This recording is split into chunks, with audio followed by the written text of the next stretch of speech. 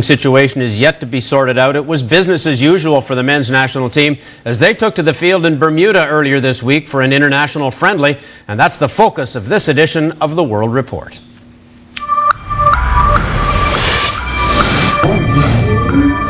The World Report, brought to you by Adidas. Impossible is nothing. Team Canada entered their contest against Bermuda as a team with something to prove. After falling to 103rd in the FIFA rankings, the Canadians wasted little time in trying to rectify the situation as they stormed out to a 3-0 first-half lead, with Atiba Hutchinson, Thomas Redzinski, and Paul Stalteri getting their names on the score sheet.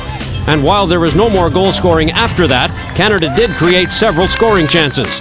And now the Canadians will turn their attention to the Gold Cup, where they're expected to make it out of the group phase, but won't be taking their first-round opponents lightly. You can't really look over your opponents. We have Guadalupe, we have Costa Rica, and we have Haiti. When you look at that on paper, we should have no problems making out the group. But again, you can't take anyone for granted. It's a tournament, and you have to win your first game first. So that's the first focus, you know, get by the first game, which is Costa Rica, and then worry about the second and the third, and then, of course, quarterfinals, semifinals, and hopefully, you know, we make it to the finals. Thomas Redzinski says he expects to play in the Gold Cup in June, despite the fact his contract situation is still up in the air at Fulham. The speedy 34-year-old says he would like to remain in the EPL, but doesn't rule out the possibility of playing for Toronto FC someday. Soccer works mysterious ways, and in a career, a football player does exactly the same thing. So I will never say never, and I still have a few good years in me, I think, playing in the Premiership.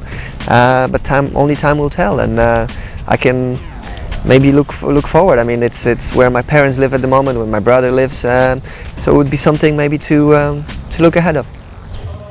Julian de Guzman is enjoying a return to form in Spain with Deportivo. The 26-year-old midfielder still holds out hope that he will one day be able to play alongside his younger brother Jonathan in a Team Canada jersey.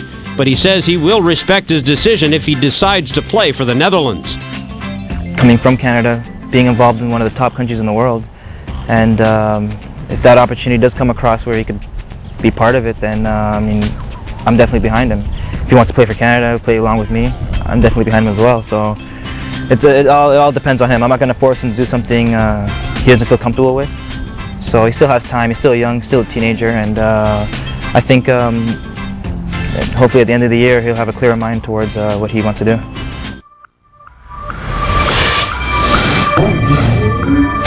The World Report, brought to you by Adidas. Impossible is nothing.